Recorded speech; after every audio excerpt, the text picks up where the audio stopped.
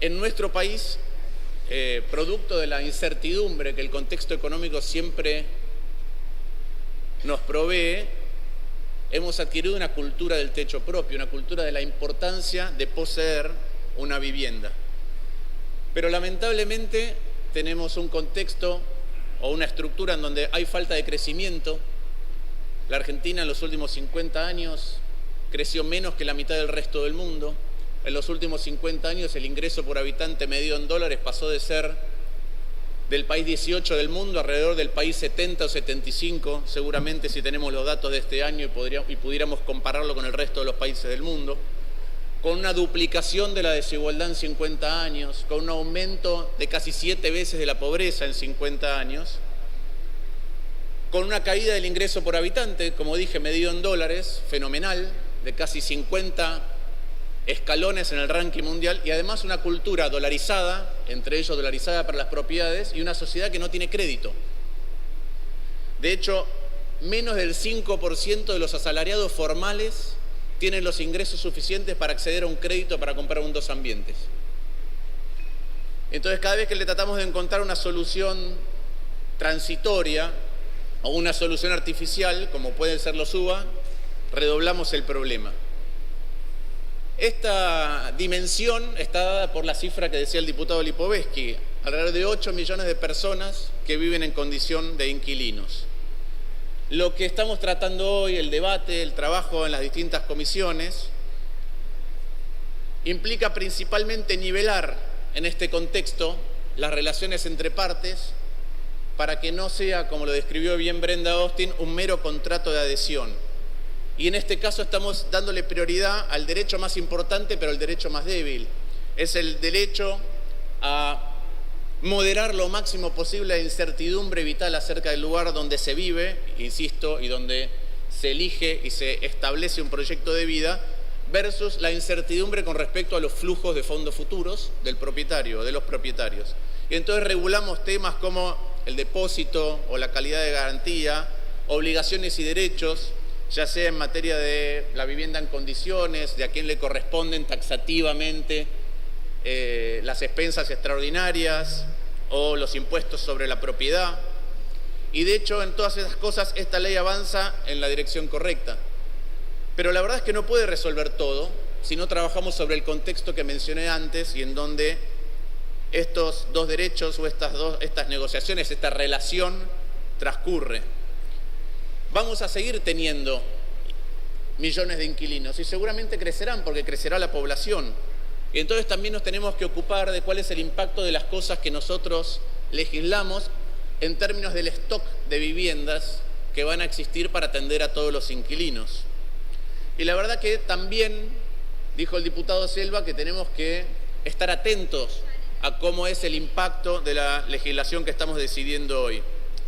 En gran medida, uno de los vaivenes principales que padecemos los argentinos tiene que ver con las fluctuaciones exorbitantemente altas e inigualables en cualquier otro país por la repetición y la magnitud del precio del dólar. Porque la Argentina se enfrenta recurrentemente con la restricción externa. Y el dólar pasa de valer 18 a 63 o de 1 a 3,80 de la noche a la mañana. Y como dije, nuestra cultura está dolarizada. Y nunca los precios de las propiedades ajustan en la misma magnitud en dólares que el aumento que tiene la moneda estadounidense. Y esto genera, obviamente, para el inquilino un problema, ¿sí?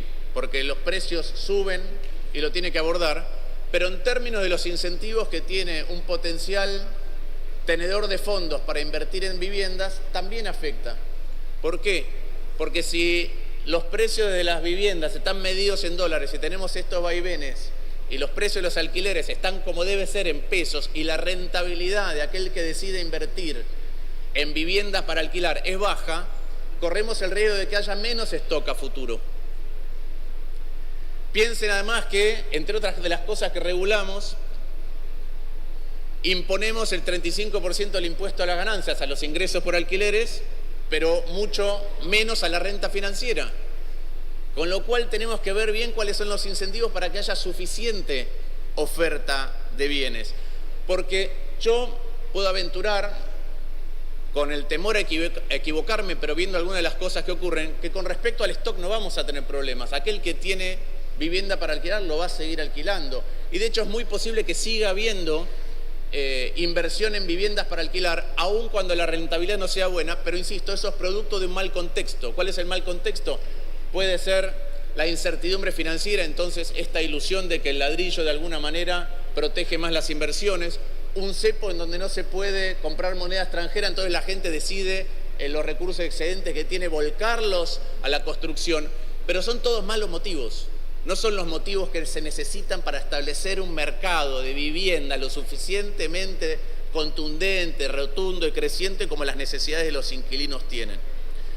De hecho, en parte de eso, en la desigualdad en la distribución del ingreso, en los motivos por los cuales se construyen, es que también sigue existiendo esta enorme desigualdad entre uno y otro lado de la mesa a la hora de negociar los alquileres que estamos tratando de regular y de mejorar hoy. Esto es algo que vamos a tener que mirar en detalle, por lo menos a medida que transcurra el tiempo, de la misma manera que otra cuestión, que es, mientras nosotros queremos brindar suficiente tranquilidad a aquel que tiene que establecerse en un lugar para un proyecto de vida, también el otro lado, con justo derecho, va a estar mirando la certidumbre de su flujo de fondos. Y si hay alguna de las cosas que hoy estamos regulando que le generan incertidumbre de media, va a intentar compensarla en el precio de los alquileres.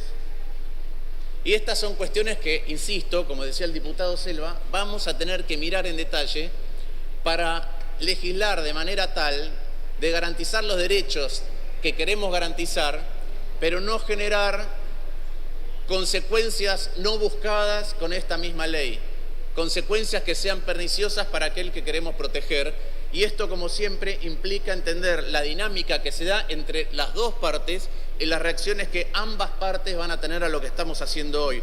Nosotros vamos a acompañar en general la propuesta, vamos a discutir si existe margen a algunas cosas en particular, pero a lo que estamos a este cuerpo es a que se siga el tema en detalle para ver cuál es el impacto de lo que estamos haciendo y que, como acabo de decir, no tenga efectos indebidos en lo que tratamos de proteger. Muchas gracias.